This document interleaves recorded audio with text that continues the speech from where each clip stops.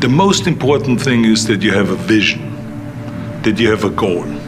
Because without that vision and without that goal, again, you're drifting around and you're never going to end up anywhere.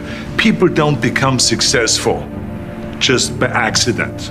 You know, I mean, maybe the guy that found gold in California and started the gold rush, but don't count on that. That's the one in a lifetime kind of a situation.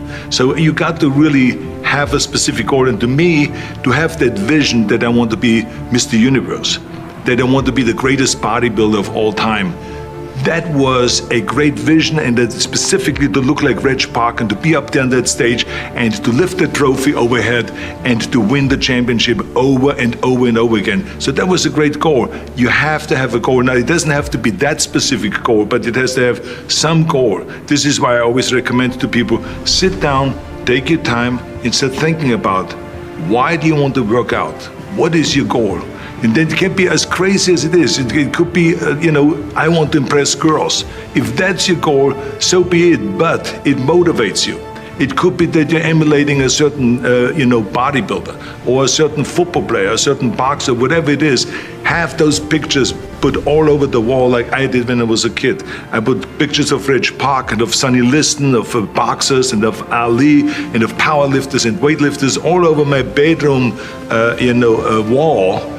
So that every day when I go to sleep, every day when I wake up, I look at those pictures and they motivate me. You need that motivation, and then therefore you have this kind of imprint in front of you all the time, and you know exactly what you're chasing. And this is why I always smiled when I was in the gym. People always came up to me and says, why are you smiling? You're working out 5 hours a day. You're doing the same as the other guys, but the other guys have a sour face. They're pissed off that they have to do another rep or another set or something. I looked forward to another 1,000 reps of sit-ups. I looked forward to another 500 pounds of leg press or squat. I looked forward to doing more and more curls until my arms fall off. Why? Because I knew that every rep that I did and every set that I did and more weights that I lifted, I get one step closer to turning that vision into reality.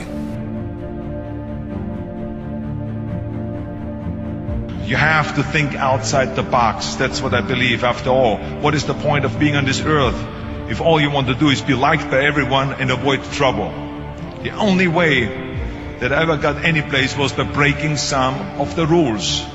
After all, I remember that after I was finished with my bodybuilding career, I wanted to get into acting and I wanted to be a star in films. You can imagine what the agents said when I went to meet all those agents. Everyone had the same line, that it can't be done. The rules are different here. It says, look at your body. You have this huge, monstrous body, overly developed, that doesn't fit into the movies.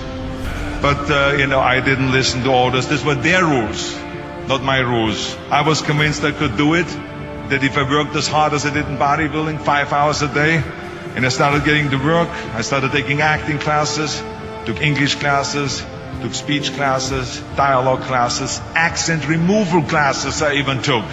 I broke through and I started getting the first parts in TV, Streets of San Francisco. Lucille Ball hired me. I made Pumping Iron, Stay Hungry, and then I got the big break in Conan the Barbarian. And there the director said, if we wouldn't have Schwarzenegger, we would have to build one.